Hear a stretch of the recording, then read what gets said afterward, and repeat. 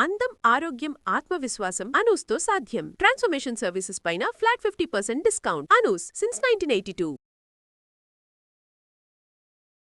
Welcome to Suman TV. మామిడి పళ్ళ కాలం కదా, మామిడి పళ్ళతో ఏం చేయొచ్చు?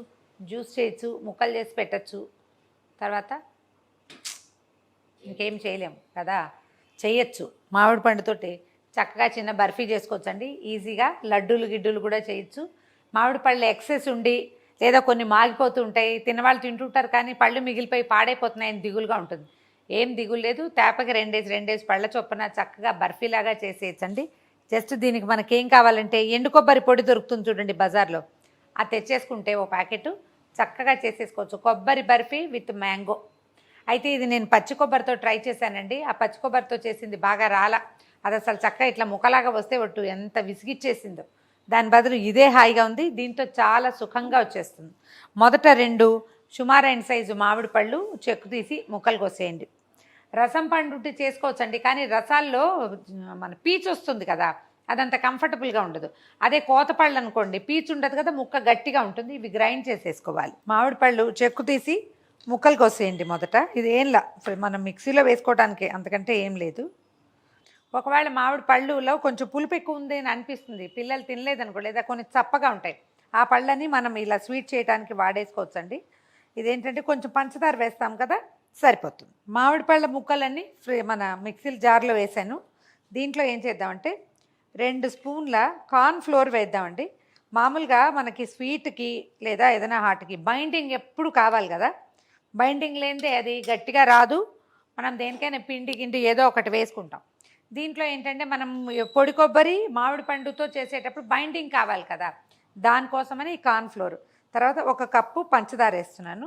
ఇది మొత్తం కలిపి గ్రైండ్ చేసేద్దాం. ఇప్పుడు ఈజీగా అయిపోతుంది అన్నమాట మనకి.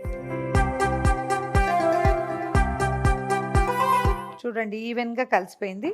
దీన్ని పక్కన పెడదాము. ఇప్పుడు నెక్స్ట్ ఏం చేద్దామంటే స్టవ్ మీద ఒక మూకుడు పెట్టుకోండి. నేను నాన్ స్టిక్ పెట్టాను, మీరు స్టీల్ కానీ మనం రెగ్యులర్గా హల్వాలు అవి చేసుకుని స్వీట్లు చేసుకుని మూకుడు ఏదైనా పెట్టుకోవచ్చు. నాన్ స్టిక్ అయితే కొంచెం ఎక్కువ తలకాయ నొప్పి లేకుండా వచ్చేస్తుంది. కొద్దిగా వేడెక్కనిచ్చి మనం కొబ్బరి తీసి పెట్టుకున్నాం కదా, పొడి కొబ్బరి 2 కప్పుల కొబ్బరిని వేయించేద్దాం. నెయ్యి గియ్యి ఏం లేదండి ఇందులో, అసలు నెయ్యి నూనె అవసరమే ఉండదు. చాలా కొంచెం నలకంత వేస్తే సరిపోతుంది.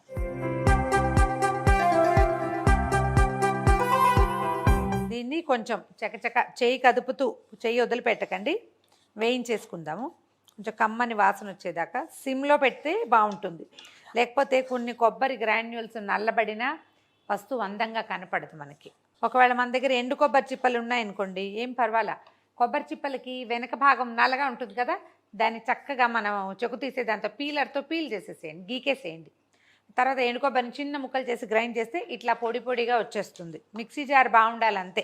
ఇప్పుడు ఏం చేద్దామంటే మనం గ్రైండ్ చేసి పెట్టుకున్నాం కదా మామిడికాయ గుజ్జుని మూకుడులో వేసేద్దాం.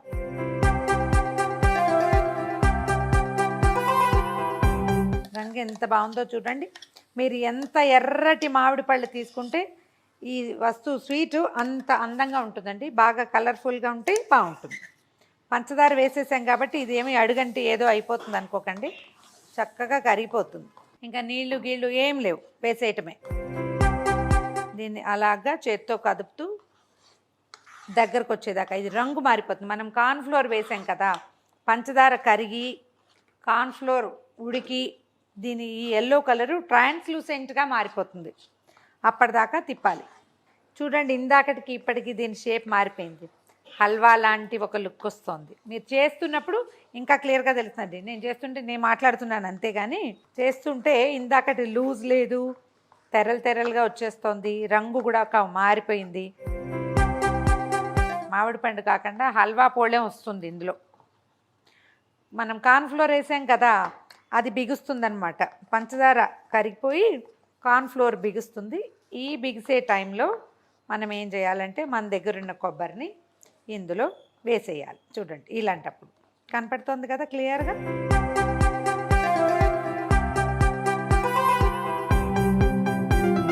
ఈ throughout the program stove మాత్రం సిమ్లోనే ఉంచండి, తొందరగానే అయిపోతుంది. నేను కొంచెమే చేస్తున్నా కదా, మీరు ఎక్కువ చేసినా అయిపోతుంది.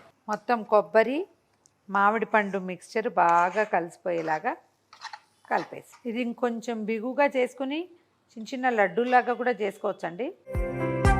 పాలు పోస్తే ఇంకా బాగుంటుంది. మనం ఇప్పుడు పాలు వేయలేదు కదా. ఇదంతా కార్న్ఫ్లోర్ మహత్యం అన్నమాట.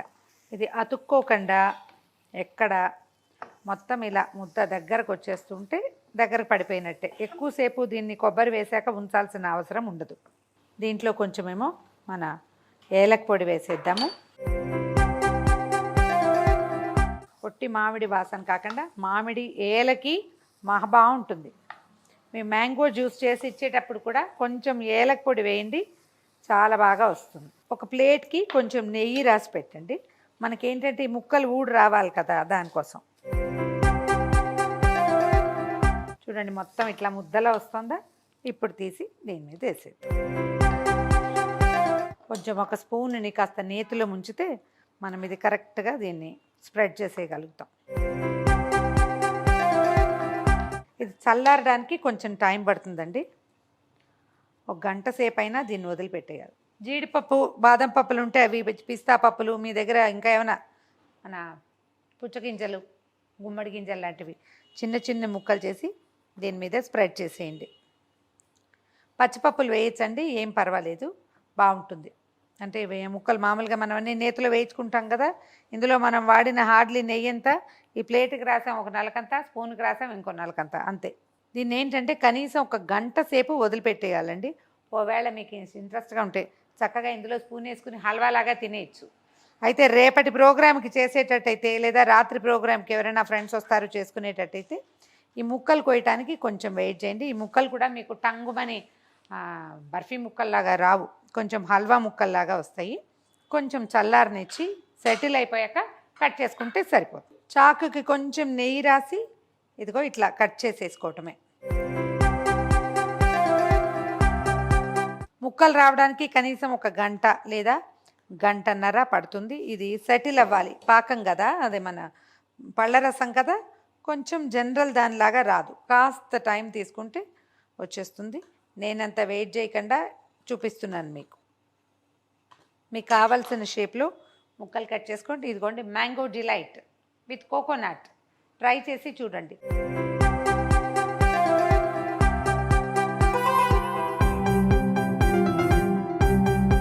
ఇలా కూడా కప్పులో వేసి ఇచ్చేయచ్చండి, హల్వా లాగా తినేస్తారు, ఏం పర్వాలేదు. సర్వింగ్ బౌల్లో ఒక పెద్ద బౌల్లో వేసి పెట్టి తలా ఒక స్పూన్ వేసినా కూడా స్పూన్తో తీసుకుని తినచ్చు.